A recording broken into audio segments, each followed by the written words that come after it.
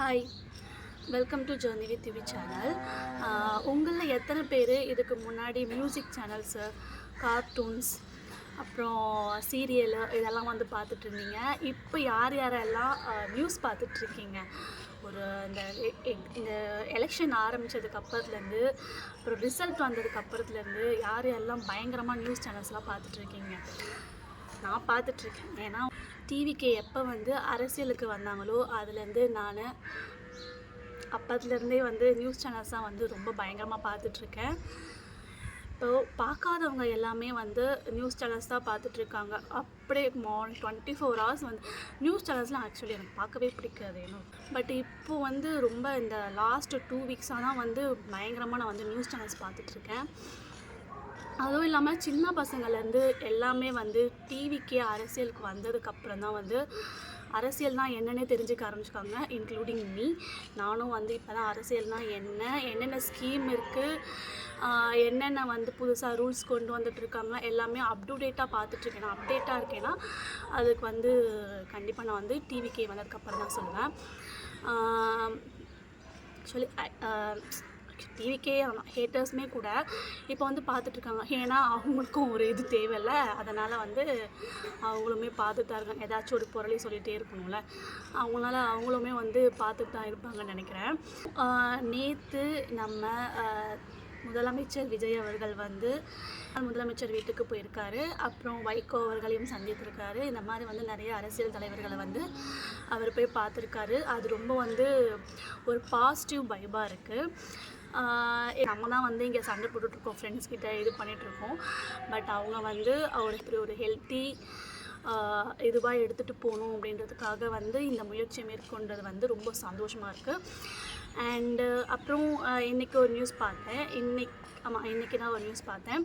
என்னென்னா 717 மதுபான கடைகளை வந்து க்ளோஸ் பண்ணணும் அப்படின்னு சொல்லிட்டு சிஎம் அவர்கள் வந்து உத்தரவிட்டிருக்காங்க. அது வந்து வித்தின் 2 வீக்ஸில் ஒரு 2 வீக்ஸ்க்குள்ளே வந்து இந்த எல்லாமே வந்து க்ளோஸ் பண்ணணும் அப்படின்னு சொல்லிட்டு இது பண்ணியிருக்காங்க.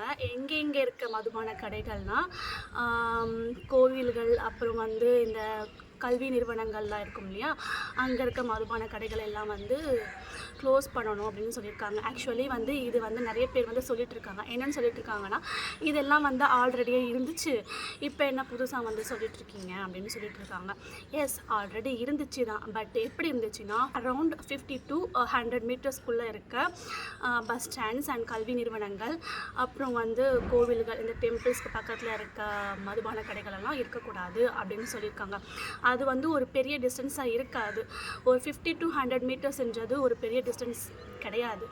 ஸோ இப்போ நம்ம சிஎம் அவர்கள் என்ன முடிவு எடுத்திருக்காங்கன்னா, 1/2 கிலோமீட்டர், அதாவது 500 மீட்டர்ஸில் இருக்க கல்வி நிறுவனங்களுக்கு 500 மீட்டர்ஸ்குள்ளே இருக்க மதுபான கடைகளை வந்து நீக்கணும் அப்படின்னு சொல்லிட்டு உத்தரவிட்டிருக்காங்க. வித்தின் 2 வீக்ஸில் அது வந்து சீக்கிரமாக வந்து ரிமூவ் பண்ணுவாங்க.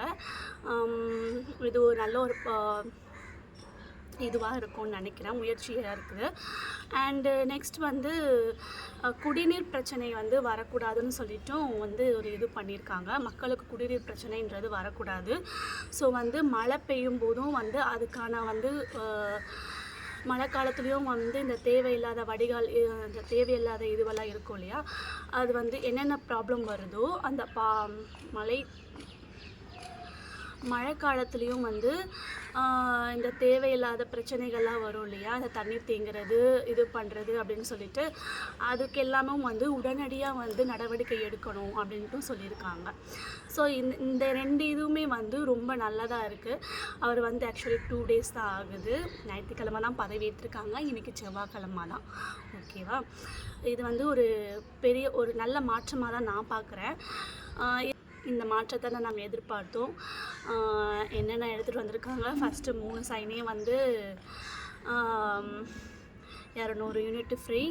நெக்ஸ்ட் செகண்ட் சைன் சிங்கப்பெண் அதிரடிப்படை, 3rd போதைப்பொருள் ஒழிப்பு, அப்புறம் வந்து 4th ஒன் மதுபான கடைகளை க்ளோஸ் பண்ணணும்னு சொல்லியிருக்காங்க.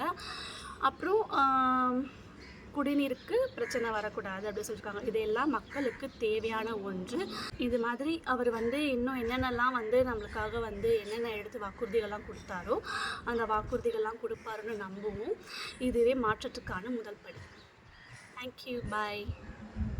எனக்கு ஃபுல் சப்போர்ட் கொடுத்துட்ருக்க என்னுடைய சப்ஸ்கிரைபர்ஸ்க்கு ரொம்ப நன்றி. புதுசாகவும் சப்ஸ்கிரைபர்ஸ் வந்துட்டுருக்காங்க, ரொம்ப ஹாப்பியாக இருக்குது. அண்ட் இதே மாதிரி எனக்கு ஆதரவு கொடுத்துட்டே இருங்க. நான் நிறைய வீடியோஸ் போட்டுகிட்டே இருப்பேன்.